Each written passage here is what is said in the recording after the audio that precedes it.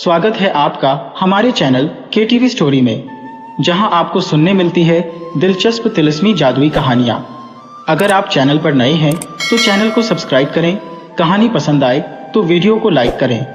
दोस्तों, आपसे निवेदन है कि अगर आपके पास भी ऐसी ही दिलचस्प और मज़ेदार कहानियां हैं तो आप हमें ईमेल के जरिए भेज सकते हैं। ईमेल का लिंक डिस्क्रिप्शन बॉक्स में मिल जाएगा। आप सभी का बहुत बहुत धन्यवाद। तो चलिए शुरू करते हैं आज की कहानी। देवताओं के राजा इंद्र के स्वभाव के विषय में भला कौन नहीं जानता। अहंकारी, दम्भी और लोभी तो वह थे ही। दूसरों की उन्नति देखकर जलना भी उनके स्वभाव की खास विशेषता थी। दूसरे देवताओं को वे अपने से तुच्छ समझते थे। अपने राजगद्दी के विषय में वह इतने आशंकित रहते थे कि जहां कहीं कोई ऋषि मुनि तपस्या साधना में बैठा, नहीं कि उनकी रथों की नींद उड़ जाती थी। हमेशा सोचते रहते थे कि कहीं कोई साधक भगवान विष्णु को खुश करके उनसे उनका इंद्रासन ही न मांग ले। रसिक भी इतने थे कि अधिकांश समय रंभा, मेनका और उर्वशी जैसी अप्सराओं के नृत्यों की महफिल सजाए रहते थे। भगवान शंकर और ब्रह्मा जी उन्हें अक्सर समझाते रहते थे कि वे अपने स्वभाव को बदले, लेकिन इंद्र पर कोई प्रभाव ही नहीं पड़ता था। एक बार देवर्षि नारद इंद्रपुरी गए। दोनों में बातचीत होने लगी। नारद जी दूसरे देवताओं के महत्व और प्रभाव की चर्चा कर रहे थे कि दूसरे देवता कितने श्रेष्ठ हैं, उनका अपने अपने स्थान पर क्या क्या महत्व है। किंतु इंद्र को यह सब बातें बिल्कुल भी अच्छी नहीं लगी। दूसरों की महिमा और महत्व का बखान सुनकर वह चिढ़ गए और बोले, नारद, आखिर मैं देवराज बनाया गया हूँ तो इसीलिए कि मैं ही सब देवताओं में श्रेष्ठ हूँ। फिर आप क्यों बार बार दूसरों की प्रशंसा कर रहे हैं? मेरे सामने उनका बखान करना एक तरह से मेरा अपमान है। क्या आप मेरा अपमान करना चाहते हैं? नारद जी भी नारद जी ही थे, बिना किसी लाग लपेट के साफ साफ कहने वाले। उन्हें भला किसी की क्या परवाह थी? वह तो ब्रह्मा जी के मानस पुत्र थे। अतः देवराज इंद्र की बात सुनकर व्यंग्य से मुस्कुराए और बोले, देवराज, आप मेरी बातों को अपना अपमान समझते हैं। ये बहुत बड़ी भूल है। वैसे भी यदि आप सम्मान चाहते हैं तो दूसरों का सम्मान करना सीखिए। प्रशंसा उसी को मिलती है जो दूसरों की प्रशंसा करता है। दूसरे देवताओं की निंदा करके उनको तुच्छ समझकर आप सम्मान नहीं पा सकते। सामने वाले को आईने के समान समझना चाहिए। जैसे शीशे में टेढ़ा मुंह करके देखने पर मुंह टेढ़ा ही दिखाई देता है, उसी प्रकार सामने वाले प्राणी का अपमान करने पर अपमान ही मिलता है और सम्मान करने पर सम्मान मिलता है। इसी प्रकार यदि सम्मान पाना हो तो सम्मान करना सीखो। इंद्र को यह बात बहुत बुरी लगी। उन्होंने कहा, जब मैं राजा बनाया गया हूं तो दूसरे देवताओं को मेरे सामने झुकना ही पड़ेगा। आखिर राजा सर्वोपरि होता है। इंद्र की बात सुनकर देवर्षि नारद ने कहा, यह आपकी भूल है देवराज। आप दूसरे देवताओं को अपने प्रजा समझते हैं, जबकि वे आपकी प्रजा नहीं, आपके मित्र और साथी हैं। उनके साथ वैसा ही व्यवहार कीजिए जैसा साथी, मित्रों और सहयोगियों से किया जाता है।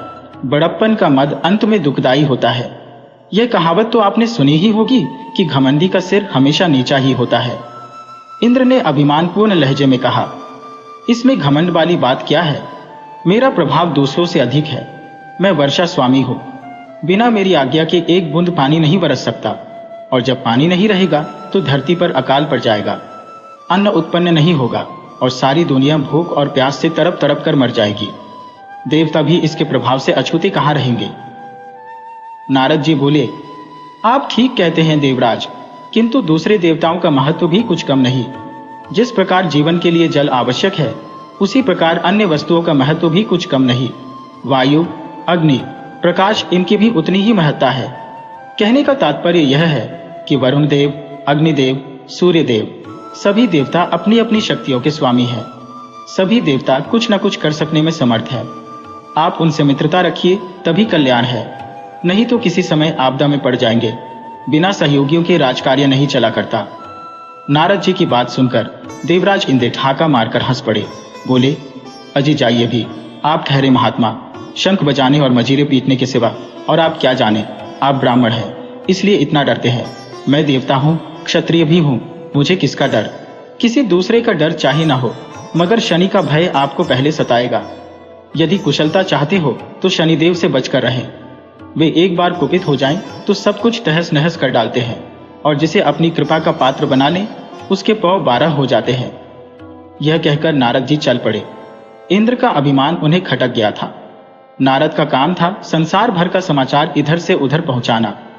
यदि उन्हें उस जमाने का चलता फिरता रेडियो कहा जाए तो अतिशयोक्ति न होगी।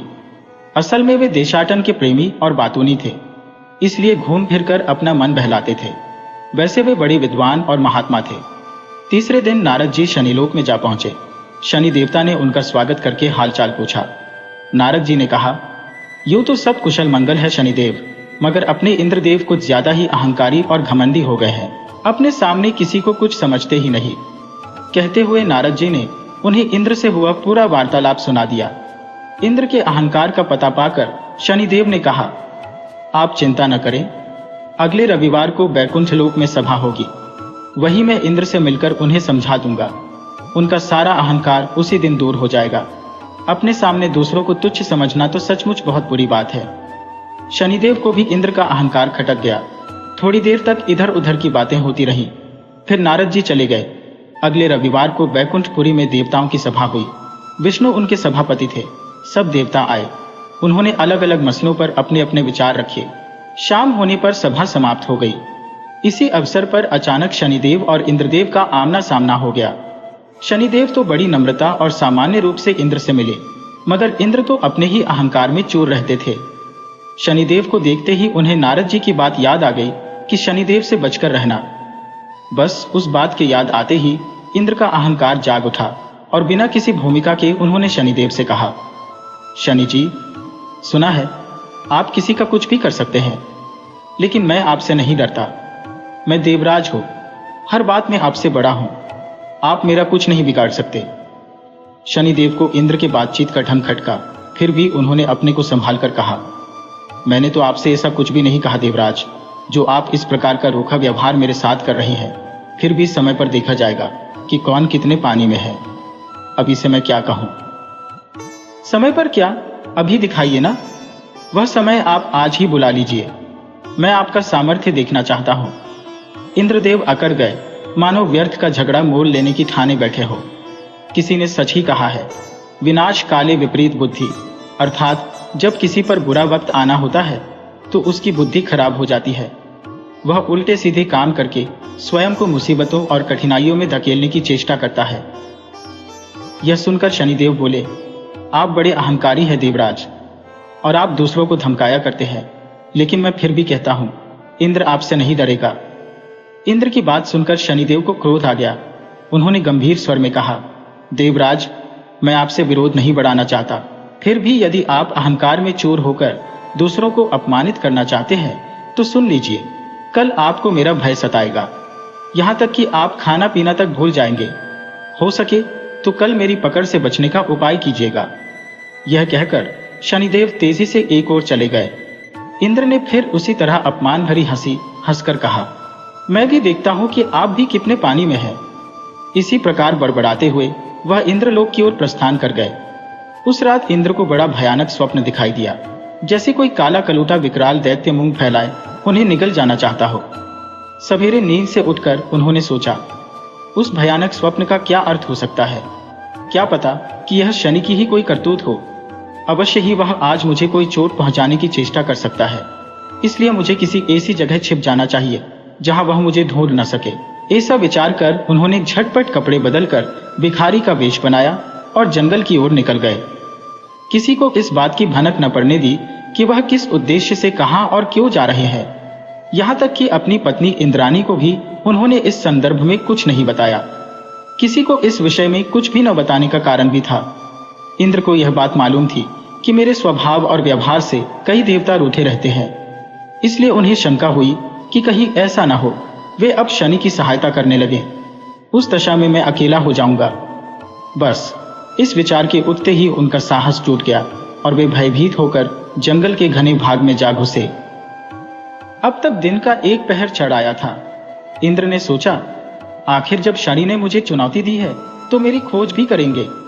बिना मुझे खोजे तो वह मेरा कुछ बिगाड़ नहीं सकते, लेकिन मुझे खोजने में भी वे कोई कसर नहीं छोड़ेंगे। इसके लिए भले ही उन्हें धरती आकाश एक करना पड़े। अरे हाँ, आकाश के नाम पर ध्यान आया कि कहीं ऐसा ना हो कि वे आकाश मार्ग से उड़ते हुए मुझे यहाँ देख लें। इसलिए किसी झाड़ी में छिपकर बैठना चाहिए। आसपास झाड़ियां तो थीं, पर उनमें भी दिखाई दिए जाने की आशंका थी। हारकर इंद्र ने एक पुराने पेड़ के कोटर में शरण ली। पेड़ बहुत बड़ा था।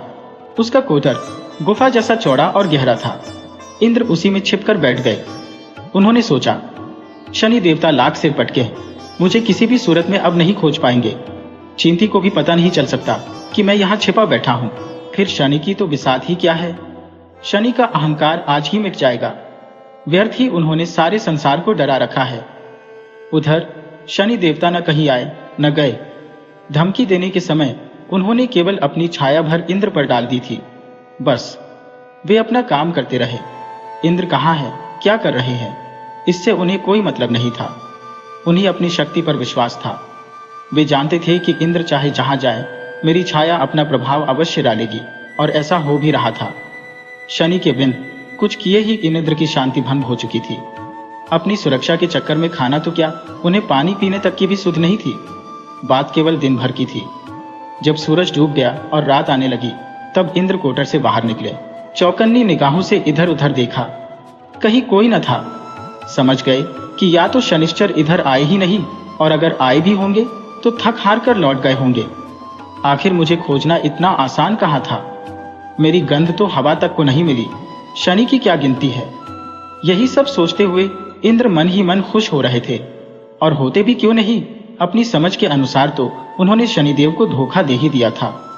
अब तो उन्हें उस क्षण का इंतजार था कि कब शनिदेव से भेंट हो और वहां उन्हें अपमानित करें, उनका उपहास उड़ाएं। अंधेरा बढ़ता जा रहा था। इंद्र ने अंगड़ाई लेकर देह को एक झटका दिया और जल्दी जल्दी अपने इंद्रलोक की ओर चल दिए। दूसरे दिन सुबह ही उनका सामना शनिदेव से हो गया। शनिदेव उन्हें देखकर अर्थपूर्ण मुद्रा में मुस्कुराए। इंद्रदेव उनकी मुस्कान में छिपे व्यंग्य को न समझ सके और विजय के मद में चूर होकर बोले, कहिए शनिदेव, कल का पूरा समय निकल गया और आप मेरा बाल भी बांका न कर सके। अब तो कोई संदेह नहीं है कि मेरी शक्ति आपसे अधिक है। इंद्र की बात सुनकर शनिदेव ठहाका मारकर हंस पड़े। उनको इस प्रकार हंसते देखकर इंद्रदेव झुंझला उठे और कुड़कर बोले, आपको हंसी आ रही है, लेकिन आपकी जगह पर कोई दूसरा होता तो शर्म के मारे मुंह छुपा लेता। आपने कल बड़े ताव से मुझे पकड़ लेने की चुनौती दी थी, लेकिन पकड़ना तो दूर, आप मुझे छू भी न सके। क्या यही आपका सामर्थ्य है? इसी बल पर आप फूले फूले फिरते हैं।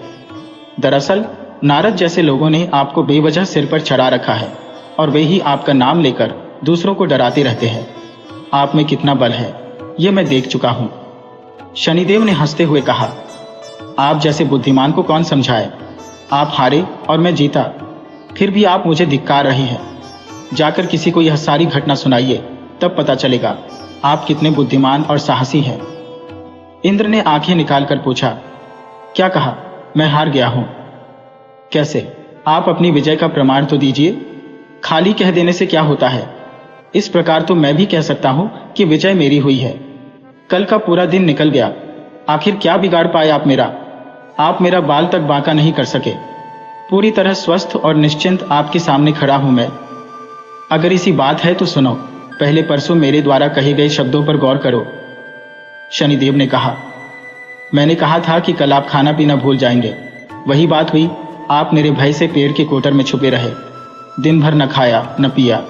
आपने मारे भय के बाहर झांका तक नहीं। ये मेरी छाया का ही प्रभाव था, जो मैंने आप पर उसी समय डाल दी थी जब परसों हमारी भेंट हुई थी। मुझ में इतनी शक्ति है कि स्वयं न जाकर अपनी छाया से ही किसी को पकड़ लेता हूँ।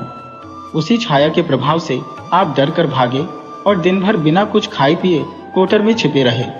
जिसे आप अपनी बुद्धिमानी समझते हैं वह मेरा भय था। यदि भय न होता तो राजभवन छोड़कर कोटर में जाकर छिपने का क्या कारण था। अरे, भय के मारे तो आपने अपनी पत्नी इंद्राणी को भी कुछ नहीं बताया। जरा सोचो कि जब मेरी छाया ने ही कौतूहल दिखा दिए, तो यदि मैं प्रत्यक्ष रूप से कुपित हो जाता तो क्या होता। शनिदेव की बात सुनकर इंद्र का सिर नीचा हो गया। हाथ जोड़कर बोले, मेरा अहंकार दूर हो गया शनिदेव। सचमुच आप मुझसे अधिक समर्थ और प्रभावशाली है। मुझे मेरी धृष्टता के लिए क्षमा करें। नारद जी ने सत्य ही कहा था, आप बड़े और बलशाली हैं। शनि देवता ने इंद्र को गले से लगा लिया और बोले, महाराज इंद्र, घमंडी का सिर हमेशा नीचा होता है। इंसान हो या देव, उसे कभी घमंड नहीं करना चाहिए।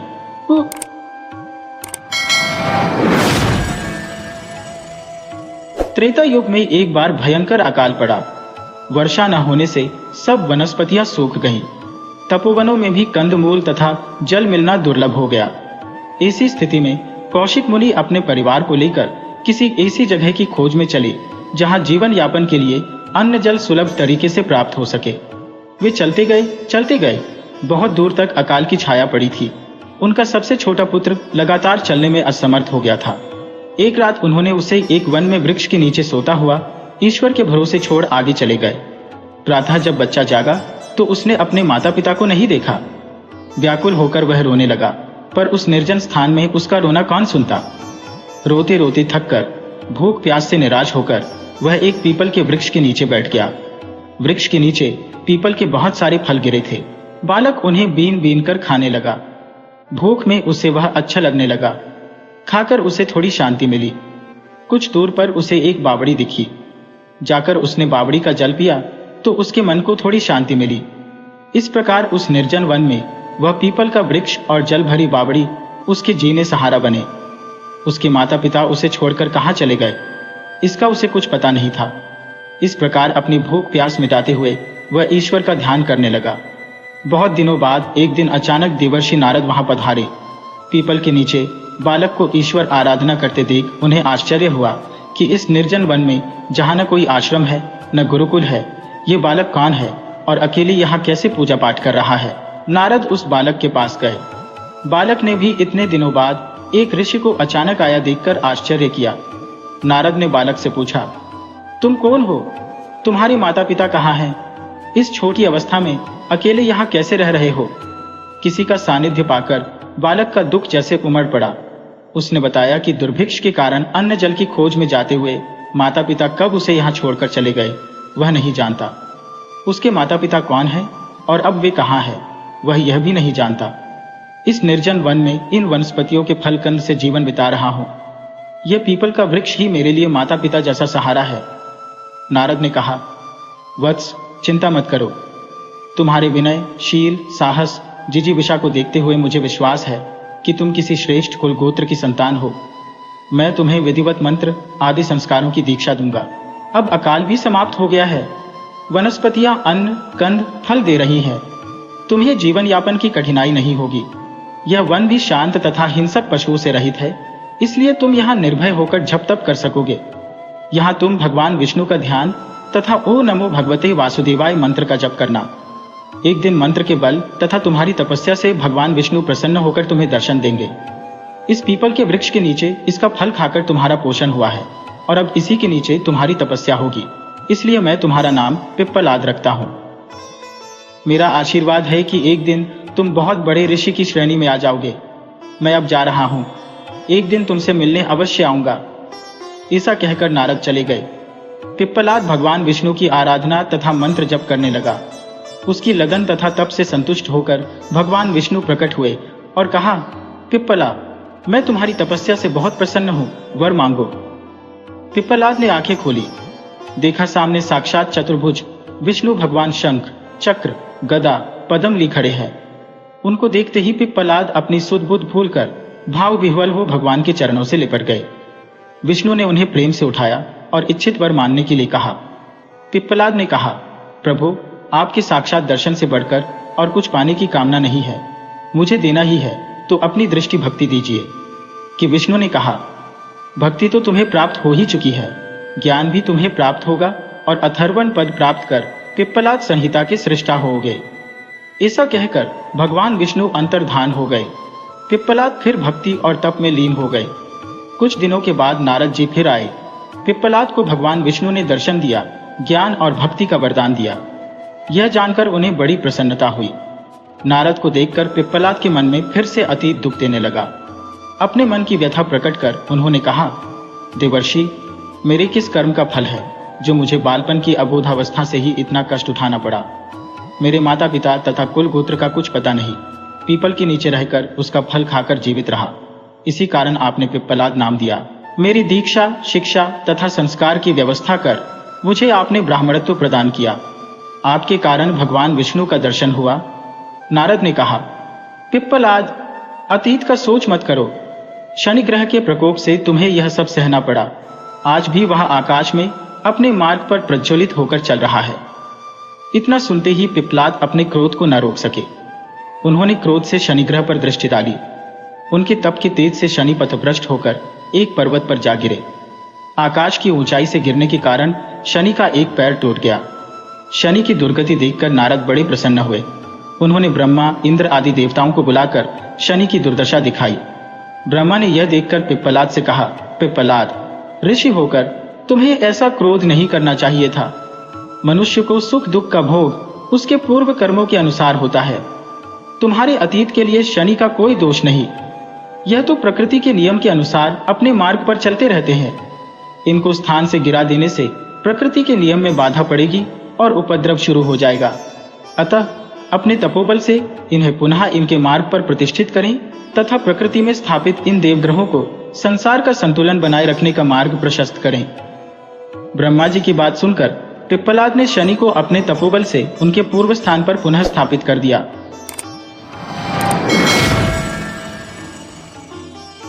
एक बार भगवान श्री कृष्ण दुर्योधन के यज्ञ में शामिल होकर द्वारकापुरी लौट चुके थे।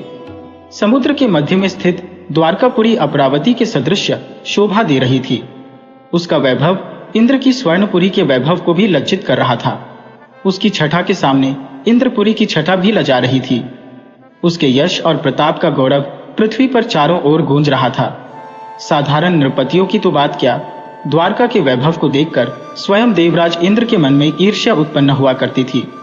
एक बार पृथ्वी के सैकड़ों नृपति द्वारकापुरी की छठा और उसके वैभव को देखने के लिए वहां गए। द्वारकाधीश की ओर से उन सभी नृपतियों का आदर सत्कार किया गया और उनके निवास के लिए समुचित व्यवस्था की गई। मध्याह्न का समय था। राजसभा में सभी नृपतियों के मध्य स्वर्ण सिंहासन पर भगवान श्री कृष्ण शोभायमान थे। वे इसे ज्ञात हो रहे थे मानो देवताओं के मध्य में प्रजापति ब्रह्मा शोभा दे रहे हो। सहसा आकाश बादलों से आच्छन्न हो उठा। गंभीर गर्जना होने लगी और रह रहकर बिजली भी चमकने लगी। ऐसा ज्ञात होने लगा मानो प्रलय होने वाला है। राजसभा में बैठे हुए नृपतिगण विस्मित और भयभीत होकर आकाश की ओर रह रहकर देखने लगे। नृपतियों को उस समय और भी आश्चर्य हुआ जब उन्होंने आकाश में छाए हुए बादलों के भीतर से वीणा बजाते हुए देवर्षि नारद को धरती पर उतरते हुए देखा। नृपतिगण विस्मय भरे नेत्रों से नारद जी की ओर देखने लगे। नारद ने राजसभा के मध्य में उतरकर भक्तिपूर्वक भगवान श्री कृष्ण को प्रणाम किया और विनीतता के साथ कहा, प्रभु आप धन्य हैं। सभी विभूतियों के साथ आपकी शोभा अभूतपूर्व है। नारद जी की बात सुनकर भगवान श्री कृष्ण मुस्कुरा उठे। उन्होंने कहा, हाँ नारद जी, मैं धन्य हूँ और सभी विभूतियों के साथ मेरी शोभा अपूर्व है। यह सुनकर नारद हर्ष से गदगद हो उठे। वे आनंद की तरंगों में डूबकर बोले, प्रभु मेरे प्रश्न का उत्तर मुझे मिल गया। मैं आपको पहचान गया। आपके दर्शन से कृतकृत्य हो गया। अब मैं जा रहा हूँ। राजसभा में बैठे हुए नृपतिन आश्चर्यचकित हो गए। उन्हें नारद और श्री कृष्ण की ओर देखते हुए बोले, द्वारकाधीश, नारद ने क्या कहा और आपने क्या उत्तर दिया? हमारी समझ में कुछ भी नहीं आया। हमें नारद और अपनी बात का वास्तविक अर्थ समझाने की कृपा करें। भगवान श्री कृष्ण ने कहा, वास्तविकता तो आपको स्वयं नारद जी ही समझाएंगे। ये कहकर भगवान श्री कृष्ण ने नारद की ओर देखा। नारद अपनी और भगवान श्री कृष्ण की बात का वास्तविक अर्थ नृपतियों को समझाने लगे। नृपतिगण नारद की ओर देखते हुए बड़े ध्यान से उनकी बात सुनने लगे। नारद जी बताने लगे, प्रभात के पश्चात का समय था। सूर्य की स्वर्णिम किरणें धरती पर खेल रही थी। मैं गंगा के तट पर विचरण कर रहा था। मेरी दृष्टि एक विशाल कूर्म पर पड़ी जो गंगा के पवित्र जल में डुबकियां लगा रहा था। मैंने कूर्म के पास जाकर उससे कहा, तू धन्य है जो दिन रात गंगा के पवित्र जल में डुबकियां लगाया करता है। गंगा के जल में डुबकियां लगाने के कारण तू देवताओं के समान पवित्र हो गया है। मेरी बात सुनकर कूर्म बोल उठा, देवर्षि, मैं धन्य नहीं हूं। धन्य तो है वह गंगा जिसके जल में हमारे जैसे लख लख जीव निवास करते हैं। कूर्म की बात सुनकर मैं गंगा के समक्ष उपस्थित हुआ। मैंने गंगा से कहा, देवसर्य गंगे, तू धन्य है। तू लख लख जीवों को अपने जल में स्थान देकर उन्हें संजीवनी प्रदान करती है। मेरी कथन को सुनकर गंगा बोली, देवर्षि, मैं धन्य नहीं हूं। धन्य तो है वह समुद्र जो मेरी जैसी सैकड़ों सरिताओं को धारण करता है। मैं समुद्र के समक्ष उपस्थित हुआ। मैंने समुद्र से कहा, सरिताओं के स्वामी, आप धन्य हैं। आप सैकड़ों सरिताओं को अपने भीतर स्थान देकर उनके जीवन को कृतार्थ करते हैं। मेरी बात सुनकर समुद्र बोला, देवर्षि, मैं धन्य नहीं हूं। धन्य तो है वह मेदिनी जो हमारे जैसे बहुत से समुद्रों को ऊपर उठाए हुए हैं। मैंने मेदिनी के समक्ष उपस्थित होकर उससे कहा, वसुंधरे, तू धन्य है। तू बहुत से समुद्रों को धारण करके उन्हें गौरव प्रदान करती है। मेदिनी ने उत्तर दिया, नारद, मैं धन्य नहीं हूं। धन्य तो है वे पर्वत जो मुझे भी धारण करने के कारण भूद्र कहलाते हैं। मैंने पर्वतों के समक्ष उपस्थित होकर उनसे कहा, पर्वतों, आप धन्य हैं। आप मेदिनी को धारण करके उसकी मनोरथ सफल बनाते हैं। पर्वतों ने कहा, देवर्षि, हम धन्य नहीं हैं। धन्य तो प्रजापति ब्रह्मा है जिन्होंने सृष्टि की रचना की है। मैंने ब्रह्मा की सेवा में उपस्थित होकर उनसे कहा, प्रजापति, आप धन्य हैं। आपने सृष्टि की रचना करके अपनी क्षमता का परिचय दिया है। प्रजापति ने उत्तर दिया, देवर्षि, मैं धन्य नहीं हूं। धन्य तो है वे भगवान श्री कृष्ण जो विष्णु के अवतार है और जो इस समय द्वारका के राज सिंहासन पर विराजमान है। ये वास्तविकता बताकर नारद जी ने नृपतियों से कहा, मैं इसी सत्य के अनुसंधान के लिए यहाँ आया था। भगवान श्री कृष्ण ने स्वयं उस सत्य का उद्घाटन किया। मैं धन्य हूँ। नृपतियों, श्री कृष्ण को छोड़कर और कोई धन्य नहीं है। नारद अपने कथन को समाप्त कर नारायण नारायण कहते और वीणा बजाते हुए आकाश लोक की ओर चले गए और नृपतिगण श्री कृष्ण को सर्वज्ञ सर्वपूजित जानकर उनकी वंदना करने लगे, उनके चरणों में नतमस्तक होने लगे। दोपहर के पश्चात का समय था। महाभारत के रचयिता वेदव्यास जी ब्रह्म नदी के तट पर बड़े ही उदास, बड़े ही खिन्न बैठे हुए थे। नदी कल कल स्वरों से बह रही थी। सामने पर्वत की चोटी पर बिछी हुई बर्फ के ऊपर सूर्य की सुनहरी किरणें खेल रही थी। पर्वत के नीचे वृक्षों पर कल कंठों से पक्षी गा रहे थे, पर वेदव्यास जी के लिए प्रकृति का वह वैभव बिल्कुल निस्सार था। वे उदास मुख विचारों में खोए हुए थे। वेदव्यास जी अपने भीतर घुसकर अपनी उदासी का कारण खोज रहे थे। वे सोच रहे थे, उनकी तो किसी में कोई आसक्ति नहीं, फिर उनके मन में यह खिन्नता किस बात के लिए? बहुत खोजने पर भी वेदव्यास जी कुछ खोज नहीं पा रहे थे। बहुत सोचने पर भी कुछ सोच नहीं पा रहे थे। आखिर उन्होंने सोचा, मन की यह उदासी इस तरह तो दूर होने वाली नहीं। इसे दूर करने के लिए आसन लगाकर बैठ गए। उन्होंने ध्यान में नेत्र बंद कर लिए। कितने क्षण बीत पाए थे, कुछ कहा नहीं जा सकता। सहसा नारद वीणा के तारों पर मधुर स्वर लहरी में प्रभु की प्रार्थना का गान करने लगे। वेदव्यास का ध्यान टूट गया। उन्होंने नेत्र खोलकर देखा, वीणा बजाते हुए महर्षि नारद खड़े थे। वेदव्यास ने उठकर नारद को प्रणाम किया, उन्हें बैठने के लिए आसन प्रदान किया। नारद जी ने आसन पर बैठते हुए वेदव्यास की ओर देखा और देखते ही देखते प्रश्न किया, वेदव्यास जी, आपके मुखमंडल पर यह उदासी क्यों? लगता है आप अत्यधिक चिंतित हैं। वेदव्यास जी ने निःश्वास छोड़ते हुए कहा, हाँ महर्षि, मैं उदास हूं, बहुत ही चिंतित हूं। नारद जी ने रहस्यमयी दृष्टि से व्यास की ओर देखते हुए पुनः कहा, उदासी और चिंता का कारण? वेदव्यास जी ने एक चिंतित भरे स्वर में उत्तर दिया, कारण तो मुझे भी नहीं मालूम है महर्षि। कारण जानने का मैंने प्रयत्न किया पर जान न पाया। नारद ने वेदव्यास की ओर देखते हुए पुनः कहा, आश्चर्य है, महाभारत सदृश पुनीत महाकाव्य की रचना करने वाले वेदव्यास के मुख पर उदासी। वेदव्यास जी, आपके द्वारा रचित महाभारत को पढ़कर कोटि कोटि मनुष्य चिंताओं से मुक्त हो जाएंगे, पर आप स्वयं चिंताग्रस्त हो उठे हैं। यह कितने विस्मय की बात है। वेदव्यास जी ने सोचते हुए उत्तर दिया, हाँ महर्षि, मैंने महाभारत महाकाव्य की रचना की है। मैंने आजीवन सदाचरण किया है, पर फिर भी मैं चिंताग्रस्त हूं। मेरी समझ में नहीं आ रहा है महानुने, मैं चिंताग्रस्त क्यों हूं? नारद ने कहा, आपका महाभारत महाकाव्य हिंसा प्रतिहिंसा से भरा हुआ है। हो सकता है उसी हिंसा प्रतिहिंसा के कारण आपका मन खिन्न हो गया हो। वेदव्यास जी बोले, हो सकता है मेरी खिन्नता का कारण वही हो। मैं उसके लिए जप करूंगा नारद जी। नारद ने कहा, माता सरस्वती ने आपको ग्रंथ रचना के लिए भेजा है, जप के लिए नहीं। तप के द्वारा केवल आपका ही कल्याण होगा, पर ग्रंथ से कोटि कोटि मनुष्यों का कल्याण होगा।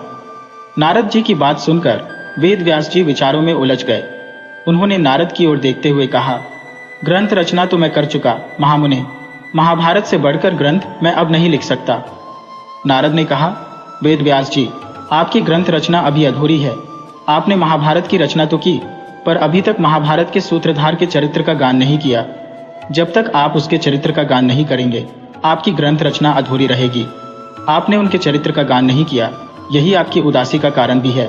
यह सुनकर वेद व्यास जी विचारों की तरंगों में डूब गए। नारद ने वेद व्यास जी के मन को झकझोरते हुए पुनः कहा, वेद व्यास जी, महाभारत में आदि से लेकर अंत तक जिस लीला पुरुष का चरित्र बोल रहा है, प्रत्येक घटना में जिसकी प्रेरणा समाई हुई है और जिसने महाभारत के सभी पर्दों को उद्घाटित किया है, उस लीला पुरुष श्री कृष्ण के चरित्र का गान कीजिए। उनके चरित्र गान से ही आपकी खिन्नता दूर होगी, आपको नया जीवन प्राप्त होगा। यह कहकर नारद वेद व्यास के मन को झकझोर वीणा बजाते हुए चले गए और वेद व्यास श्री कृष्ण के चरित्र का गान लिखने लगे। उन्होंने श्रीमद् भगवत तथा पुराणों की रचना की। सचमुच आज वेद व्यास जी के द्वारा लिखे हुए ग्रंथों से कोटि कोटि मनुष्यों का कल्याण हो रहा है। नदियां सूख जाएंगी, पर्वत अपने स्थानों को छोड़ देंगे, पर वेद व्यास जी की वाणी गूंजती ही रहेगी। प्रथम कल्प के प्रारंभ में स्वयंभू मनु के प्रियव्रत और उत्तानपाद नाम से विख्यात दो पुत्र हुए। इनमें प्रियव्रत बड़े ही तपोनिष्ठ, ज्ञानी, याज्ञिक तथा दान दक्षिणा देने में अप्रतिम थे। उन्होंने सप्त द्वीपों में अपना शासन स्थापित किया और भरत आदि अपने पुत्रों को वहां का अधिपति बनाया। तदुपरांत वे स्वयं विशाला नगरी बद्रिकाश्रम में तपस्या करने लगे। उनकी पतिव्रता तथा तपोनिष्ठता से प्रभावित होकर देवर्षि नारद एक दिन आकाश मार्ग से उनसे मिलने आए। उन्हें देखकर प्रियव्रत ने उनका पूर्ण निष्ठा से यथोचित स्वागत सत्कार एवं अर्चन पूजन किया। तदुपरांत दोनों के मध्य पर्याप्त समय तक धर्म ज्ञान, योग आदि विषयों पर विस्तृत वार्ता होती रही। अंत में प्रियव्रत ने नारद जी से पूछा, देवर्षि, आप सर्वज्ञ हैं तथा स्थान स्थान पर भ्रमण करते रहते हैं। कृपया यह बताइए कि आपने किसी काल में कोई विचित्र या अद्भुत घटना देखी है। कुछ क्षण चुप रहकर नारद जी बोले, राजन, संयोग की बात है कि कल ही जब मैं श्वेत द्वीप गया तो एक अति अद्भुत घटना घटित हुई। उसे मैं आपको सुनाता हूं। सुनिए। श्वेत द्वीप में एक सुंदर सरोवर है। जब मैं उस सरोवर के निकट पहुंचा तो मैंने अनेक खिली हुए कमल पुष्प उसमें देखे। उस सरोवर के तट पर एक अति रूपवती एवं दीर्घनयना सुंदरी चुपचाप खड़ी थी। उसे वहां देखकर मुझे बहुत विस्मय हुआ और मैंने उसके निकट पहुंचकर उसका परिचय जानना चाहा। इस पर उस सुंदरी ने कोई उत्तर तो नहीं दिया, किंतु उसने मेरी ओर जिस प्रकार देखा, उससे मुझे लगा कि शास्त्र, योग, वेद, वेदांग आदि का मेरा संपूर्ण ज्ञान लुप्त हो गया है। मेरी समझ में नहीं आया कि यह सब क्या हो रहा है। अतः मैंने उस सुंदरी की शरण ग्रहण की। उस स्थिति में मैंने उसके शरीर में एक अद्भुत एवं दिव्य लोकायुक्त तेजस्वी पुरुष को विद्यमान देखा। उस पुरुष के शरीर में वैसे ही एक अन्य पुरुष को और उस दूसरे पुरुष के शरीर में तीसरे दिव्य पुरुष को देखा। कुछ क्षण उपरांत वे सब लुप्त हो गए। इस अद्भुत दृश्य ने मुझे विस्मय विमूढ़ कर दिया। तब मैंने उस दिव्यांगना से प्रश्न किया, सुभगे, मुझे यह बतलाओ कि अकस्मात ही मेरा संपूर्ण ज्ञान लुप्त क्यों हो गया है। इस पर वह बोली कि मैं वेदों की जननी सावित्री हूं। तुम मुझे नहीं पहचान सके, अतः मैंने तुम्हारा सब ज्ञान अपहृत कर लिया है।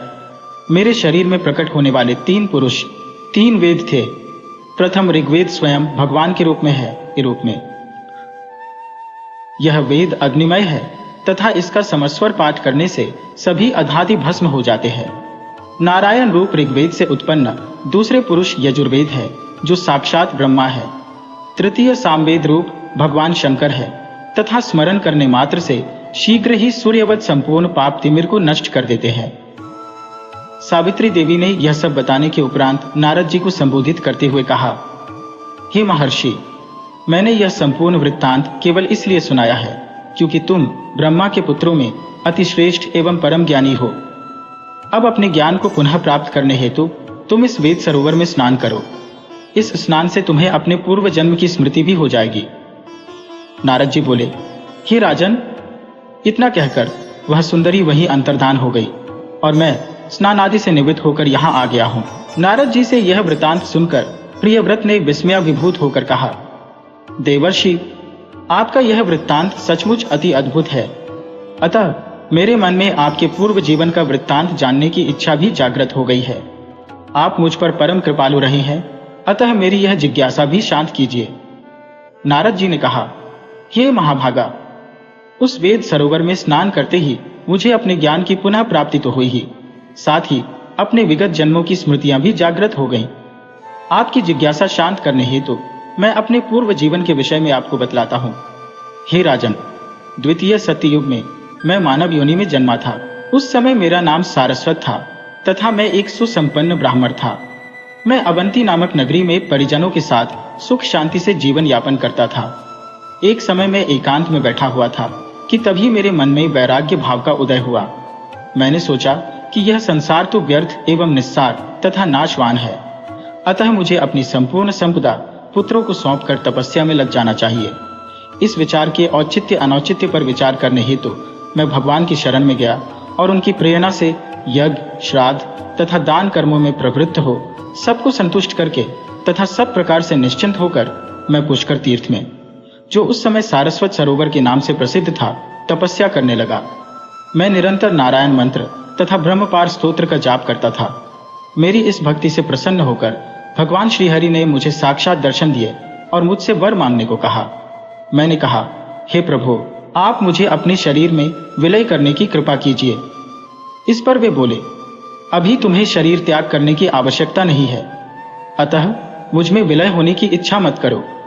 तुम्हारी भक्ति तथा इससे पूर्व पितरों को जलनार अर्पित करने से मैं तुम पर परम प्रसन्न हूं, अतः वरदान देता हूं कि तुम नारद नाम से विख्यात होगे। यह कहकर सनातन ईश अंतर्धान हो गए तथा मैं यथापूर्व भक्तिभाव से सात उपासना में लगा रहा और समय पूर्ण होने पर शरीर त्याग कर ब्रह्मलोक का अधिकारी बना। ब्रह्मा जी के प्रथम दिवस का शुभारंभ होने पर मैंने भी उनके मानस पुत्र के रूप में जन्म ग्रहण किया और नारद नाम पाया। अन्य देवगण भी उसी दिन उत्पन्न हुए।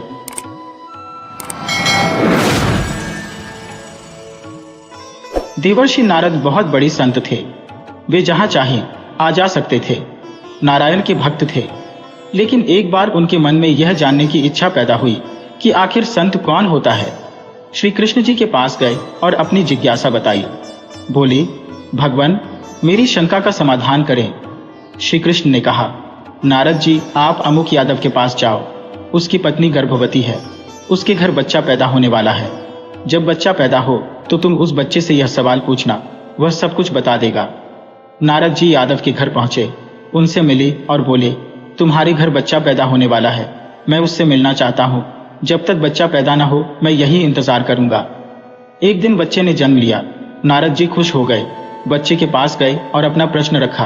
भगवत कृपा से बच्चे ने नारद जी का प्रश्न सुना और बहुत जोर से हंसने लगा। यह देख नारद जी हैरान हुए। वह सोचने लगे, बच्चा कुछ ही घंटों का है और यह मेरा प्रश्न सुनकर खिलखिलाकर हंस रहा है। आश्चर्य! क्या कुछ गलत पूछा? क्या इसने मुझे पागल समझा? लेकिन यह तो बच्चा है। इन दुनियावी चीजों का इसे क्या पता। और फिर नारद जी ने देखा, बच्चे की रंगत बदल रही है। बच्चे की हंसी खत्म हो रही है। वह चुप होता जा रहा है। नारद ने फिर पूछा, मेरे प्रश्न का उत्तर तो अभी बाकी है, उत्तर तो देते जाओ। बच्चे ने कहा, अमुक ब्राह्मण के घर गाय बछड़ा जन्मने वाली है। तुम्हारी प्रश्न का उत्तर वह बछड़ा ही देगा। वह सब कुछ जानता है। और ये कहते ही बच्चे ने प्राण त्याग दिए। ये देखकर नारद जी हैरान हुए। जब मेरे प्रश्न का उत्तर एक मानव नहीं दे सका तो एक बछड़ा कैसे देगा? नारद जी निराश हुए। ब्राह्मण के घर गए। बछड़े ने जन्म लिया। उसने होश संभाली।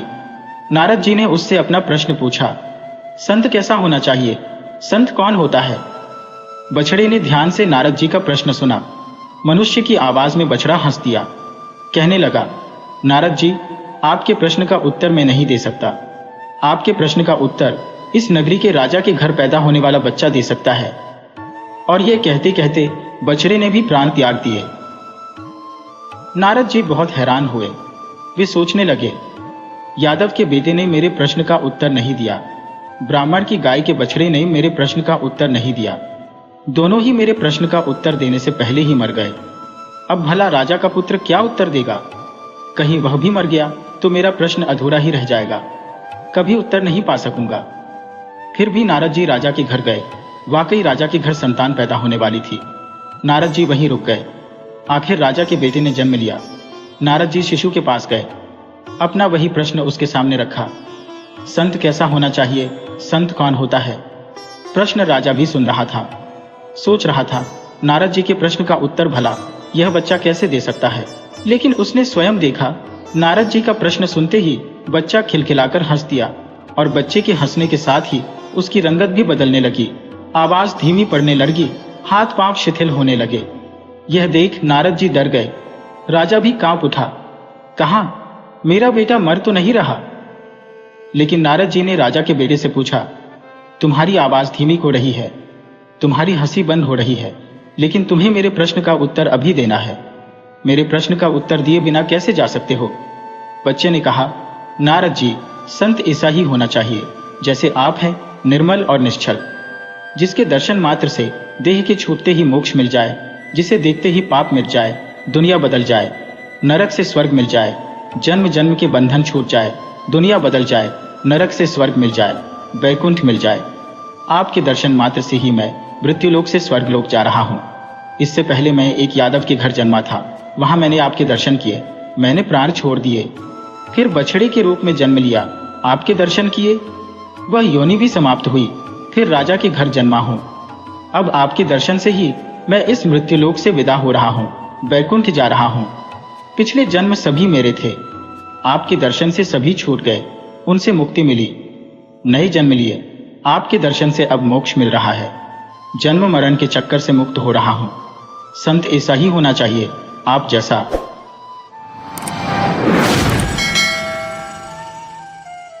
कश्यप तेजस्वी और धर्मात्मा महर्षि थे। उनकी भी पत्नी का नाम अदिति था।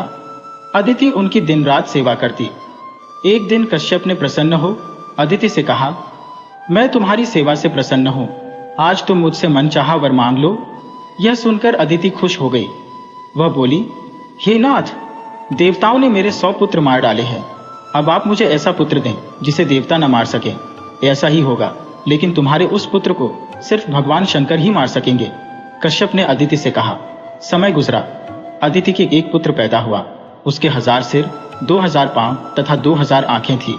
वह घमंड से चोर होकर अंधे की तरह चलता था, इसलिए उसका नाम ही अंधक पड़ गया।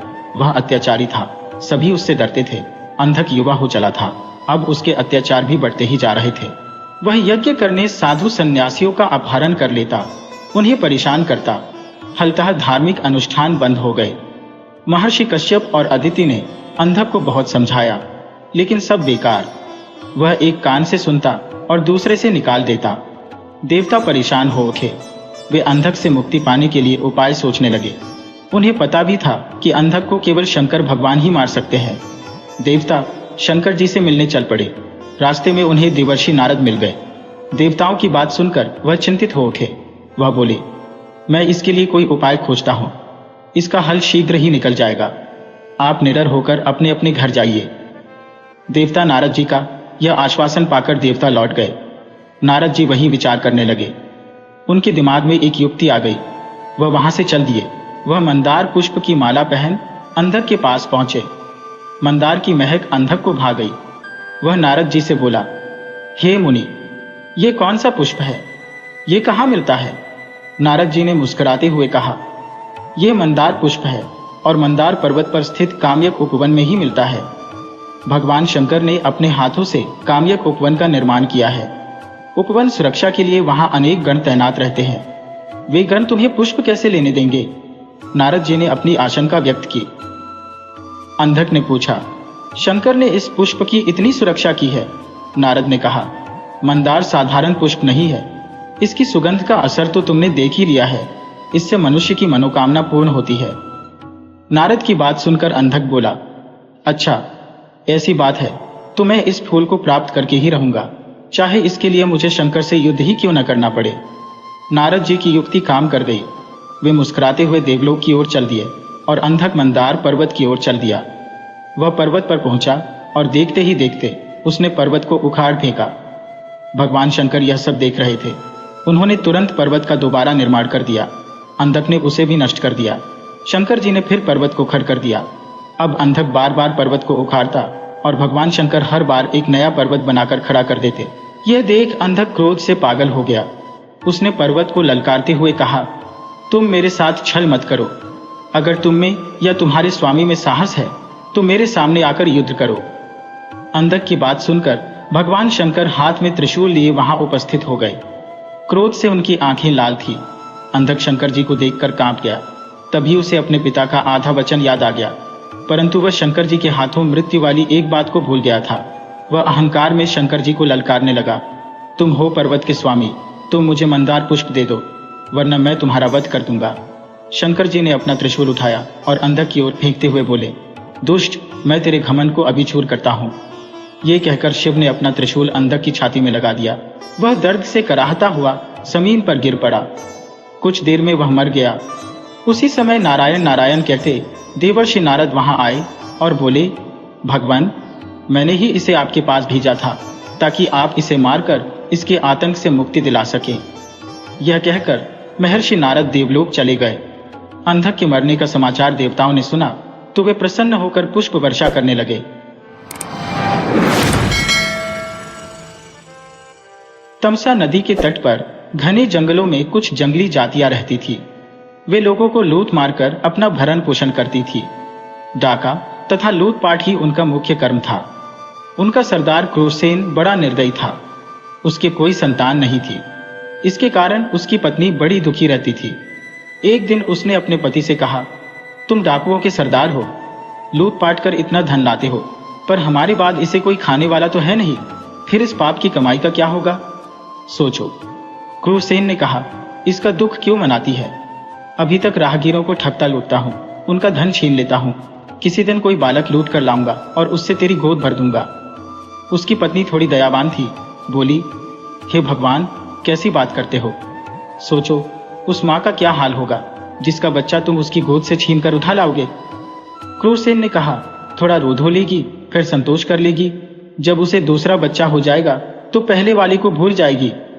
तुझे अपना बच्चा कभी नहीं होगा, इसलिए तेरी खुशी के लिए मुझे ऐसा करना ही पड़ेगा। एक दिन सचमुच क्रूरसेन किसी ब्राह्मण के बच्चे को उठा लाया। उसकी पत्नी ने उसे माँ जैसा प्यार देकर पाला। उसका नाम रखा रत्नाकर। बच्चा धीरे धीरे बड़ा होने लगा। जिस तरह निर्दयी डाकुओं के बीच वह पल रहा था, वैसे ही संस्कार उसमें आने लगे। बड़ा होकर उसने भी अपनी जीविका इसी प्रकार लूटमार से शुरू कर दी। क्रूरसेन अब बूढ़ा हो चुका था। उसके इस बेटे ने उसी के काम को अपना लिया। माँ को थोड़ा बुरा लगता था कि यह न जाने किस भले घर का लड़का है, हम लोगों की संगति संस्कार से लुटेरा बन गया है, पर कह कुछ नहीं पाती थी। लड़का जब जवान हो गया तो उसकी शादी कर दी गई। उसके घर में एक बच्चा भी हो गया। उन घने जंगलों से जो भी यात्री आते जाते वह उनका धन सामान लूट लेता। एक दिन उस रास्ते से 5-6 ऋषि किसी यज्ञ में भाग लेने जा रहे थे। साथ में नारद जी भी अपनी वीणा बजाते ईश्वर का भजन करते चले जा रहे थे। वे सभी साधु महात्मा थे। उनको किसी का क्या डर? न उनके पास कोई धन था, न किसी से बैर, इसलिए निर्भय थे। रत्नाकर ने एक साथ इतने साधुओं को आते देखा तो सोचने लगा, आहा, आज तो खूब अन्न धन मिलेगा। ये साधु यजमानों से खूब धन पाए होंगे। अपने हथियारों से लैस होकर अचानक साधुओं के सामने आया और डांटकर बोला, हे साधुओं, तुम्हारे पास जो भी अन्न धन वस्त्र हो सब रख दो और चुपचाप चले जाओ। अगर तनिक भी प्रतिरोध किया तो जान से हाथ धोना पड़ेगा, सबको मार डालूंगा। अचानक सामने आई डाकू की ऐसी बात सुनकर साधुओं की तो डर के मारे घिघी बंध गई। डरने से तो संकट से छुटकारा मिलेगा नहीं, ये सोचकर नारद जी ने साहस से कहा, भाई, हम लोग साधु सन्यासी हैं, हमारे पास धन कहाँ? हम लोग एक यज्ञ में जा रहे हैं। यज्ञ की समाप्ति पर ही कुछ दक्षिणा मिलेगी, अभी तो हमारे पास कुछ भी नहीं है। रत्नाकर कड़क कर बोला, मैं कुछ नहीं जानता, मुझे धन चाहिए, ऐसे ना जाने दूंगा। हो सकता है तुमने अपने इस तंबूरे में छिपा रखा हो, चुपचाप सीधी तरह दे दो, अन्यथा मैं तुम्हारा तंबूरा तोड़ता हूं। यह कहकर उसने नारद जी की वीणा छीन ली। नारद ने सोचा, बड़े संकट में आ गए हैं, अब क्या करें? एक तो यह कर्म से डाकू और बुद्धि से मूर्ख, इसे तो दूसरी तरह से समझाना होगा। यह सोचकर नारद ने कहा, वीणा मत तोड़ो, हमारे पास जो भी होगा वह तुम्हें देंगे। तुम जो यह लूटपाट करते हो यह बुरा काम है, इसका पाप भी लगता है। अपने परिवार के जिन लोगों के लिए तुम यह काम करते हो उनसे जाकर पूछो कि लूट का माल खाने पीने मौज करने में तुम सब मेरे भागीदार हो, पर इस बुरे काम का जो पाप फल है, क्या तुम सब मेरे भागीदार हो? पर इस बुरे काम का जो पाप फल है, क्या तुम सब उसमें भी मेरे भागीदार रहोगे? मेरे मरने के बाद जब मेरे कर्मों का हिसाब किताब यमराज के यहाँ होगा, तुम सब उस कर्म फल में भी हिस्सा लोगे? रत्नाकर ने कहा, अरे ऐसी बात तो किसी ने नहीं कही। विद्वान साधु हो इसलिए ऐसी बात कर रहे हो, पर चतुर भी हो। मैं यह सब पूछने जाऊं और तुम सब यहां से मौका पाकर भाग जाओ। नारद जी ने हंसकर कहा, इसी बात नहीं, ऐसा करो तुम हम सबको एक रस्सी से किसी पेड़ के साथ बांध दो, हम यहां बंधे रहेंगे, तुम निश्चिंत होकर जाकर पूछ आओ। रत्ना की समझ में यह बात आ गई। उसने सब साधुओं को एक पेड़ के साथ रस्सी से बांध दिया और घर जाकर सब सदस्यों को बुलाकर कहा, मैं आज एक बात आप सबसे पूछना चाहता हूं। लोगों को लूट पाट कर मैं आप सबका भरण पोषण कर रहा हूं। एक तरह से देखा जाए तो निरीह लोगों को लूटना मारना बुरा काम है। बुरे कामों का फल भी बुरा होता है। लूट पाट से आए धन अन्न में जैसे आप सब भागीदार हो, क्या ऐसे ही भागीदार मेरे पाप का फल भोगने में भी होगे? आज बेटे के मुंह से दान पुण्य और उसके फल की बात सुनकर मां चौंकी। सोचा जरूर कोई बात है। तत्काल जवाब दिया, पुत्र, हर एक व्यक्ति को अपने कर्मों का फल अकेले ही भोगना पड़ता है। कर्म फल में कोई किसी का भागीदार नहीं होता। तुम्हारा काम परिवार का पालन पोषण करना है, वह तुम किस तरह करते हो यह तुम्हें सोचना चाहिए। हमारा भरण पोषण करना तुम्हारा धर्म है। हम खा पी रहे हैं, बुरे काम से यह सब लाते हो तो इस पाप कर्म का फल भी तुम्हें ही अकेले भोगन पड़ेगा। मां के साथ पत्नी और बेटे ने भी ऐसा जवाब दिया। सुनकर रत्नाकर की आंखें खुल गईं। वह भागकर साधुओं के पास आया और मां, पत्नी तथा बेटे का उत्तर बताया। नारद जी ने कहा, देखा, पाप कर्म के फल में कोई साथी नहीं होता, इसलिए अपना जीवन नष्ट मत करो, यह सब छोड़कर अच्छे काम करो। रत्नाकर को बड़ी ग्लानि हुई। उसने साधुओं को छोड़ दिया और नारद के चरण पकड़कर कहा, देवर्षि, आपने मेरी आंखें खोल दी। मैं अब जीवन की राह बदल दूंगा। मुझे अब परिवार से कुछ लेना देना नहीं। आप मुझे अपने साथ ले चलो और रास्ता दिखाओ। आपकी संगति में मैं इस पाप कर्म से छुटकारा पा जाऊंगा। रत्नाकर नारद के पास रहा। नारद ने उसे शिक्षा तथा ज्ञान दिया और तपस्या की विधि बताई। रत्नाकर सब भूलकर ऐसा तप करने बैठा कि अपना तन मन सब भूल गया। जहां वह समाधि लगाकर बैठा था, उसके चारों ओर मिट्टी का वल्मीक बन गया। उसी के बीच वह तपस्या में समाधि लगाए रहा। एक दिन नारद के साथ सरस्वती देवी आई। वर्षा से मिट्टी का वल्मीक घुल गया। रत्नाकर की समाधि भंग कर नारद ने कहा, रत्नाकर उठो, तुम्हारी साधना तपस्या सफल हुई। वीणावादिनी सरस्वती तुम्हें महाकाव्य लिखने की प्रतिभा प्रदान करने आई है। अब तुम्हारा नाम वाल्मीकि से प्रकट होने के कारण वाल्मीकि होगा। समझो, तुम्हारा पुनर्जन्म हुआ। वाल्मीकि ने नारद और सरस्वती को प्रणाम किया। इन्होंने आगे चलकर भगवान राम के जीवन पर रामायण लिखी, जो वाल्मीकि रामायण नाम से प्रसिद्ध है। दो बलशाली राक्षस थे, हिरण्यकशिपु और हिरण्याक्ष। ये दोनों भाई थे। उन दोनों ने देवों पर चढ़ाई कर इंद्रलोक को जीत लिया, मगर समय की गति बलवान है।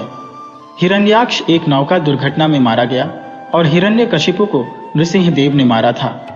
हिरण्यकशिपु के मरने के बाद उसका बेटा प्रहलाद सिंहासन पर बैठा, मगर भगवान भक्त प्रहलाद को हिरण्याक्ष के बेटे अंधक ने हराकर उससे राज्य छीन लिया। अंधक ने प्रहलाद को बंदी बना लिया और स्वयं असुरों का राजा बन बैठा।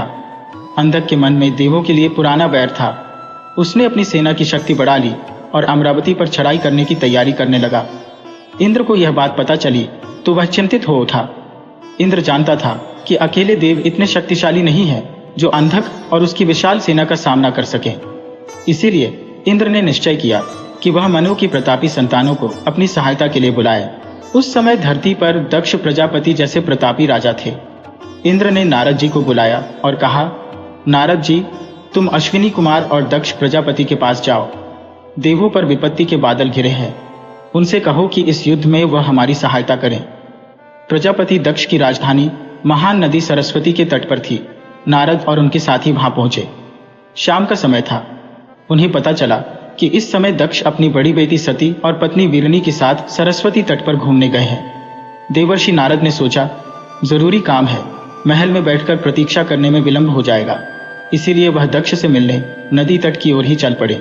कुछ दूर चलने पर ही उन्होंने एक तेजस्वी पुरुष को नदी के तट पर टहलते हुए देखा। उनके बगल में एक प्रौढ़ा और एक युवती भी चल रही थी। युवती की सुंदरता देखकर अतिरथ बोला, नारद जी, यह अप्सराओं में श्रेष्ठ युवती यहाँ कैसे आ गई? नारद जी हंसकर बोले, मित्र, यह प्रजापति दक्ष की बड़ी पुत्री सती है। कुछ ही दिनों में इसका विवाह होने वाला है। पता नहीं किस भाग्यशाली को यह वरण करेगी। और दूसरी है दक्ष की पत्नी वीरनी। ये कहकर नारद जी आगे बढ़े और दक्ष के पीछे जाकर बोले, दक्ष प्रजापति, मैं नारद देवलोक से आया हूं। दक्ष ने पूछा, कहो, देवराज इंद्र तो कुशल है, अमरावती के क्या हालचाल है? नारद जी ने कहा, देवराज तो कुशल है, किंतु एक संकट इंद्रलोक पर मंडरा रहा है। इसी कारण मैं इंद्र का संदेश लेकर यहां आया हूं। इसके बाद नारद जी ने अंधक के हमले के संभावित खतरे की बात बताते हुए कहा, देवता एक युद्ध में उससे हार चुके हैं। वह फिर आगे बढ़ता चला आ रहा है। दक्ष बोले, इंद्र की सहायता करना मेरा सौभाग्य होगा। मैं सेना सहित जरूर जाऊंगा। दक्ष ही आशा थे, जो मान गए। फिर नारद जी ने कहा, हमने धरती के दूसरे राजाओं को भी बुलवाया है। आपकी नजरों में ऐसा कौन है जिसकी सहायता हमारे लिए जरूरी है?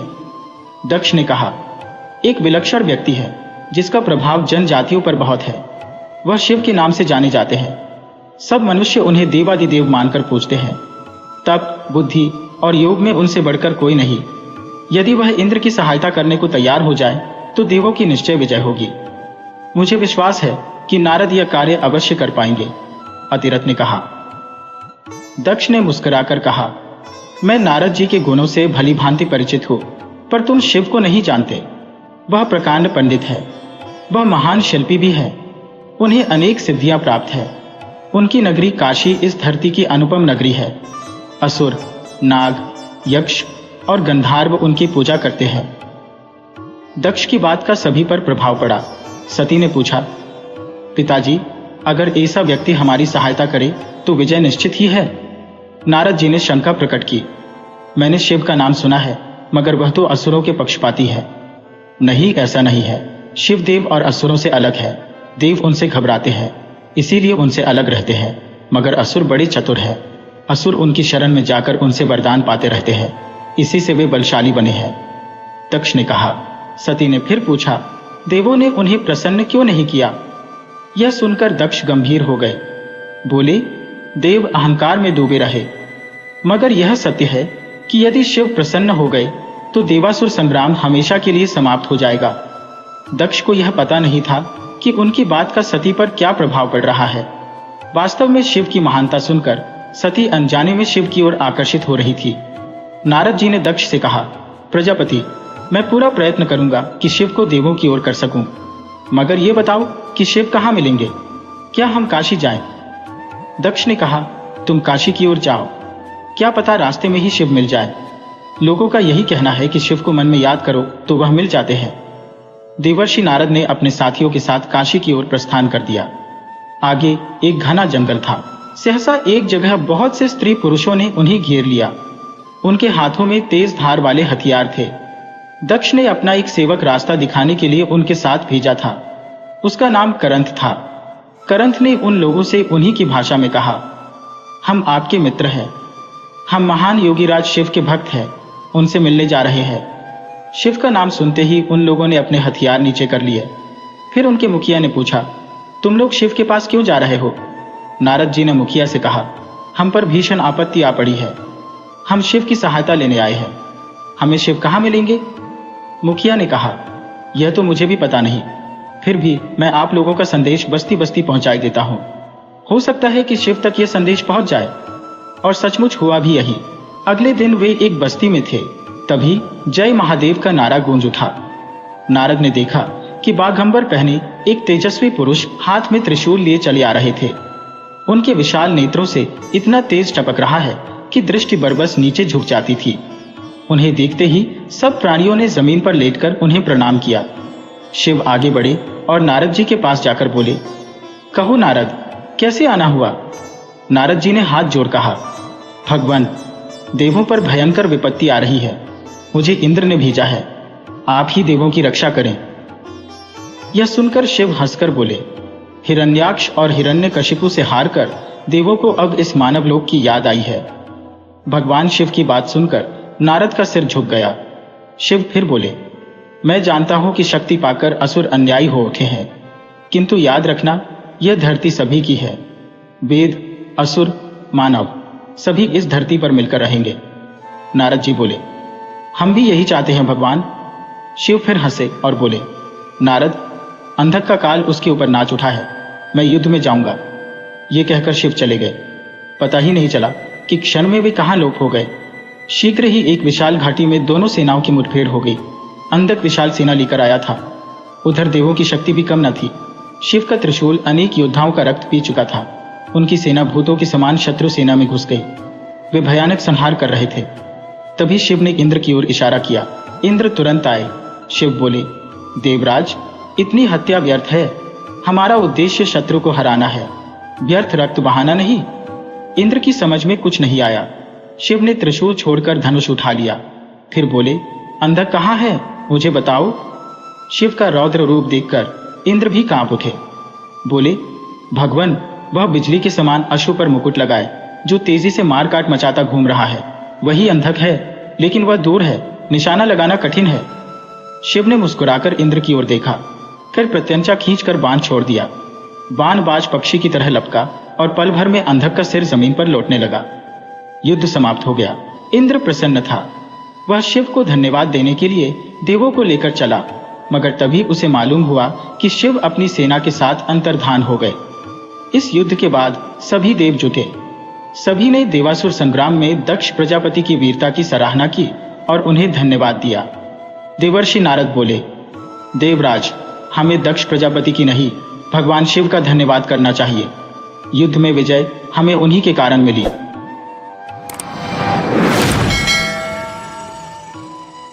एक बार पार्वती जी जब स्नान करने जाने लगी तो उन्होंने अपने पुत्र गणेश से कहा, बेटा, मैं नहाने जा रही हूं, तुम द्वार पर बैठे रहो।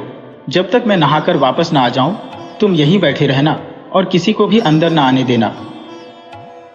एक आज्ञाकारी बालक की भांति गणेश द्वार पर बैठ गए। अभी पार्वती नहा ही रही थी कि शिव अपने गणों के साथ आए और घर में जाने लगे तो गणेश ने उन्हें रोक कर कहा, अभी आप लोग बाहर प्रतीक्षा करें, माता पार्वती अंदर स्नान कर रही है। जब वे स्नान कर बाहर आ जाएं, तब आप अंदर जाना। शिव गणेश की इस बात की उपेक्षा कर जब अंदर जाने लगे तो गणेश ने बलपूर्वक प्रतिरोध किया तथा अंदर नहीं जाने दिया। इस पर शिव को क्रोध आ गया और उन्होंने अपने त्रिशूल से गणेश का सिर काट दिया। इतने में पार्वती स्नान कर बाहर निकली और गणेश की ऐसी दशा देखी तो क्रोध से उनकी संहारक शक्तियां जागृत हो उठी। उसी समय देवर्षि नारद नारायण नारायण करते वहां से गुजरे। उन्होंने माता पार्वती से प्रार्थना की, मां जगदम्बे, अपनी संहारक शक्ति समेटो, आपके पुत्र को जीवित कर दिया जाएगा। फिर उन्होंने शिव से कहा, प्रभु, आदि शक्ति जगदम्बा की क्रोध की शांति के लिए गणेश को जीवन देने के लिए कुछ कीजिए। नारद जी की बात सुनकर शिव ने एक गज शावक का सिर काटकर तत्काल गणेश के धड़ से जोड़ दिया। अब धड़ पर हाथी का सिर जुड़ जाने से गणेश जीवित हो गए और उनका नाम अगजानन पड़ गया। जब पार्वती ने पुत्र का यह रूप देखा तो नारद जी से कहा, देवर्षि, मेरे बेटे का यह रूप इसे कौन सा देवत्व प्रदान करेगा? देवों के बीच में गजमुख से इसकी क्या स्थिति होगी? कुछ ऐसी व्यवस्था करो कि सब देवों से पूर्व गणेश की पूजा हो, तभी मैं अपनी संहारक शक्ति समेटूंगी। नारद ने कहा, मां भगवती, इसकी भी व्यवस्था करता हूं, आप पहले शांत हो जाइए। नारद के कहने पर पार्वती ने अपनी संहारक शक्तियां समेट ली। जब सब शांत हो गया तो नारद जी ने कहा, अभी गणेश की अग्र पूजा की घोषणा कर देने से अन्य देवता नाराज हो जाएंगे, अतः किसी प्रतियोगिता के द्वारा सब देवों के आदि देव ब्रह्मा जी के सामने इसका निर्णय किया जाएगा। पार्वती ने नारद के इस सुझाव को स्वीकार कर लिया। ब्रह्मा जी के सामने यह प्रस्ताव रखा गया कि इतने सारे देवी देवताओं में सर्वप्रथम किसकी पूजा की जाए, कोई भी शुभ कार्य करने से पहले किस देवता की प्रतिष्ठा की जाए, इसकी कुछ व्यवस्था कीजिए। देवताओं को भी यह प्रस्ताव पसंद आया। सबने कहा, हाँ, ऐसा हो जाए तो ठीक होगा, लेकिन कोई भी देवी देवता इस बात को लेकर रुष्ट नहीं होगा कि मानव ने पहले मेरी पूजा नहीं की। ब्रह्मा जी ने कहा, तुम्हारा प्रस्ताव उचित है नारद जी, तुमने ऐसी समस्या रखी है तो तुम ही कोई ऐसी योजना बताओ कि जिससे निर्णय हो सके कि किस देव की अग्र पूजा की जाए। नारद ने कहा, तात, मेरे विचार से तो एक प्रतियोगिता का आयोजन किया जाए। देवी देवता अपने अपने वाहन पर सवार होकर इस पृथ्वी की परिक्रमा पूरी कर सबसे पहले आपके पास आ जाए वही अग्र पूजा का अधिकारी हो। देवर्षि नारद के इस सुझाव को सबने स्वीकार किया। ब्रह्मा जी ने भी इसे स्वीकृति दे दी। सब देवता अपने अपने वाहनों पर सवार होकर पृथ्वी की परिक्रमा करने निकल पड़े। गणेश जी अपने चूहे पर सवार हुए। वे ही सबसे पीछे रहे। उनकी सवारी चूहा अन्य देवताओं की सवारियों का क्या मुकाबला करता, पर प्रतियोगिता में भाग तो लेना ही था। नारद गणेश का उपक्रम देख रहे थे तथा विचार कर रहे थे कि गणेश तो शरीर में वैसे भी लंबोदर, भारी भरकम, ऊपर से सिर भी हाथी का है।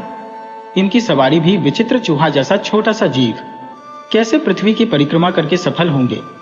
उधर माता पार्वती को वचन दिया है कि उनके पुत्र गणेश की अग्र पूजा होगी। ऐसा सोचते हुए उन्हें एक उपाय सूझा। वे गणेश से बोले, गणेश जी, उन बड़े बड़े देवताओं और उनके भारी भरकम वाहनों के बीच में आप अपने भारी शरीर से इस छोटे से चूहे पर बैठकर पृथ्वी की परिक्रमा तो संभव है, कर लो, पर सर्वप्रथम आने के बारे में भी कुछ सोचा है? गणेश ने कहा, मेरे पास जो वाहन है मैं तो उसी का प्रयोग करूंगा, प्रथम आऊं या न आऊं। नारद ने कहा, करो, अपने इसी वाहन का प्रयोग करो, पर बुद्धि के साथ। देखो, यह सारा विश्व ब्रह्मांड प्रकृति और पुरुष में समाया है और यह सब कुछ राम में रमण कर रहा है। ब्रह्मांड राममय है। इसी नाम की परिक्रमा यह भूमंडल कर रहा है। अतः तुम इसी नाम की परिक्रमा कर लो।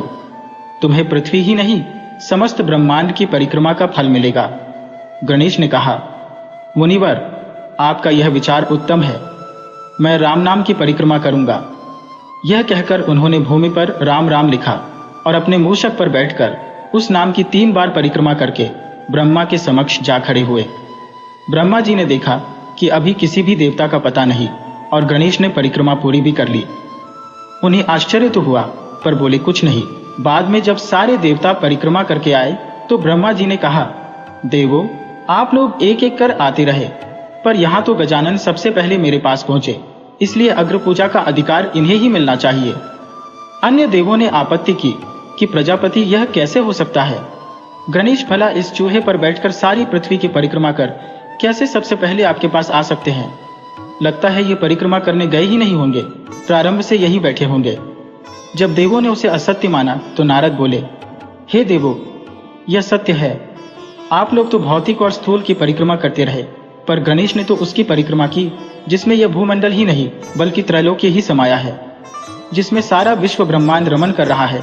उस राम नाम की 3 बार परिक्रमा कर ये त्रैलोक्य की परिक्रमा कर सबसे पहले पहुंचने वाले हो गए हैं, इसलिए इन्हें विजयी घोषित किया जाता है। ये प्रथम अग्र पूजा के अधिकारी है।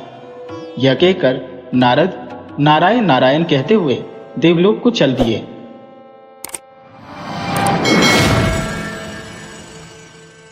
एक बार देवर्षि नारद भूमंडल में घूम रहे थे तो उन्हें वृकासुर नामक राक्षस मिला। नारद को देखते ही उनसे कहा, देवर्षि, आप अच्छे अवसर पर आए। मैं आपसे एक सलाह लेना चाहता हूं। बताइए, ब्रह्मा, विष्णु और महेश में कौन देवता ऐसे हैं जो शीघ्र और थोड़ी ही तपस्या में प्रसन्न हो जाते हैं? नारद ने सोचा, यह असुर इस समय जैसा अपना जीवन बिता रहा है, आगे भी ऐसे ही बिता सकता है, पर लगता है अब यह त्रैदेवों में किसी की विशेष आराधना कर बलशाली होना चाहता है। वर पाने के बाद इसकी आसुरी शक्ति बहुत ही प्रबल हो जाएगी। फिर यह ब्राह्मणों, ऋषियों तथा देवों को सताया करेगा। नारद यह सोच तो रहे थे, पर वृकासुर के प्रश्न का उत्तर टालने का मतलब था अपने लिए संकट पैदा करना। यह सोच विचार करके देवर्षि नारद ने वृकासुर से कहा, वृकासुर, वैसे तो तीनों देवों में से तुम किसी की भी तपस्या कर अपना मनोरथ पूरा कर सकते हो। ब्रह्मा और विष्णु जल्दी प्रसन्न नहीं होते, उनके लिए बहुत वर्षों तक कठिन तपस्या करनी पड़ती है। यह भी हो सकता है कि तुम्हारी आयु समाप्त हो जाए और तपस्या पूरी ना हो। हाँ, भगवान शंकर ही ऐसे हैं जो थोड़ी आराधना से ही प्रसन्न हो जाते हैं। औदरदानी तो से कि अपने भक्त की इच्छा की पूर्ति के लिए कुछ सोच विचार ही नहीं करते। भक्त ने जो मांगा तत्काल दे दिया। तुम्हारी ही जाति के रावण तथा वानासुर ने भगवान शिव की तपस्या से कितना वरदानी वर पाया था। अब तुम स्वयं विचार कर लो कि किसकी आराधना करनी चाहिए जिससे शीघ्र फल मिले। नारद जी के मुख से ऐसी बात सुनकर वृकासुर ने भगवान शंकर की ही आराधना करने का निश्चय किया और हिमालय के केदार क्षेत्र में जाकर शिव की आराधना करने लगा। उसकी आराधना से प्रसन्न होकर भगवान शंकर प्रकट होकर बोले, वत्स, मैं तुम्हारी तपस्या से प्रसन्न हूं। निसंकोच कहो, क्या चाहते हो, वर मांगो। वृकासुर हाथ जोड़कर बोला, प्रभु, नारद ने कहा था कि आप शीघ्र ही प्रसन्न होकर वर देते हैं, पर इतने वर्षों की आराधना के बाद आपने दर्शन दिए, आप शीघ्र प्रसन्न नहीं हुए। इसका मतलब नारद ने मेरे साथ छल किया। अब आप प्रसन्न होकर वर देना चाहते हैं तो मैं भी वैसा ही कठिन वर चाहता हूं। आप कृपा कर मुझे मारन वर दीजिए। मैं जिस किसी प्राणी के सिर पर मात्र हाथ भर रख दूं, उसी का प्राणांत हो जाए। आप प्रसन्न हैं तो यही वर दीजिए। शंकर जी वृकासुर की यह आसुरी मान सुनकर हतप्रभ हो गए, पर देवता का वचन था, पूरा करना था, अन्यथा मर्यादा नष्ट होती। बोले, जाओ, ऐसा ही होगा, तुम्हारी मनोकामना पूर्ण होगी। वृकासुर बोला, प्रभु, आपका यह वर सत्य है या नहीं, इसकी परीक्षा लेना चाहता हूं, इसलिए पहले आपके सिर पर ही हाथ रखकर देखता हूं कि इस वर में कितनी सत्यता है। असुर की ऐसी बात सुनकर भगवान शंकर अपने ही जाल में फंस गए। अब क्या करें? वह राक्षस न कुछ सुनेगा न मानेगा। ऐसा सोचकर भगवान शंकर भागे। शंकर को भागता देख उसका क्रोध बढ़ गया। वह उनका पीछा करने लगा। कहने लगा, नारद की तरह आपने भी मुझसे छल किया है। वरदान की परीक्षा से डरकर क्यों भाग रहे हो? भागते भागते अंत में शिव विष्णु लोक पहुंचे और विष्णु को अपनी विपदा सुनाई। विष्णु ने हंसकर कहा, बिना सोचे विचारे वर देने का परिणाम अब पता चला। खुद ही प्राण बचाते भागते फिर रहे हो, बताओ मैं क्या करूं? आपके वर की सत्यता तो उसे सिद्ध करनी ही होगी। किसका सिर उसके आगे करूं? शिव ने कहा, नारायण नारायण, मुझे कोसने से मेरा संकट दूर नहीं होगा, कुछ करिए, अन्यथा वह यहां भी पहुंच जाएगा। भगवान विष्णु ने योग माया से एक वृद्ध तेजस्वी ब्रह्मचारी का स्वरूप बनाया और उधर चल पड़े जिधर से वृकासुर आ रहा था। कुछ दूर जाने पर वृकासुर आता दिखाई दिया। आगे बढ़कर उसे प्रणाम कर कहा, असुरराज, कहां भागे जा रहे हो? लगता है आप बहुत थक गए हैं। शरीर को विश्राम दीजिए। शरीर से ही सारे कार्य सिद्ध होते हैं, इसलिए इसे अधिक कष्ट मत दीजिए। आप सब प्रकार से समर्थ हैं, फिर भी मेरे योग्य कोई कार्य हो तो बताइए। एक तेजस्वी ब्रह्मचारी की बातें सुनकर वृकासुर ने शिव के वरदान तथा उसकी परीक्षा की बात बताई। इतना सुनते ही ब्रह्मचारी हंसा। असुरराज, तुम किसके वर की परीक्षा लेना चाहते हो? उस शिव की, जिसका अपना कोई घर बार नहीं, जो भूत प्रेतों के साथ घूमता रहता है, वह भला किसी को क्या वर देगा? वर देने वाले तो दो ही देवता हैं, एक ब्रह्मा दूसरा विष्णु। तुम उनकी आराधना करते शिव के पीछे बेकार दौड़ रहे हो। वर देने वाला तो स्वयं इतना शक्तिशाली होता है कि उसके वर का असर खुद उस पर नहीं हो सकता। उन्होंने तो तुम्हें झूठ मूठ का वर दिया है, तुम्हारी तपस्या तो व्यर्थ गई। ब्रह्मचारी की ऐसी बात सुनकर वृकासुर बड़ा निराश हुआ। उसका मनोबल टूट गया। कहने लगा, मुझे तो देवर्षि नारद ने कहा था कि शिव की आराधना करो, वे शीघ्र ही प्रसन्न होकर मनचाहा वर दे सकते हैं। ब्रह्मचारी ने कहा, तुम बड़े भोले हो, नारद पर विश्वास कर लिया। अरे वह तो ऐसा घुमक्कड़ साधु है जो सबको उल्टी ही सलाह देता है। उसकी सलाह से कभी किसी का भला होता ही नहीं। तुम्हें मेरी बात का विश्वास ना हो तो खुद अपने ही सिर पर हाथ रखकर देखो कि कैसे शिव ने तुम्हें झूठा वर देकर बहकाया है। उनकी झूठ की पोल न खुल जाए इसलिए भाग गया। वृकासुर का मनोबल इतना टूट चुका था कि उसे उस ब्रह्मचारी की बात में विश्वास हो गया कि शिव ने भी उसके साथ छल किया, उसे झूठा वर दिया है। उसका विवेक नष्ट हो गया। ऐसा सोचते हुए वर की सत्यता की परख करने के लिए उसने अपने ही सिर पर हाथ रख लिया। सिर पर हाथ रखते ही भयंकर अग्निपुंज प्रकट हुआ और वृकासुर उसमें भस्म होकर राख की ढेर बन गया। क्योंकि वृकासुर स्वयं अपने हाथों भस्म हुआ था, इसलिए इसका नाम भस्मासुर भी पड़ गया।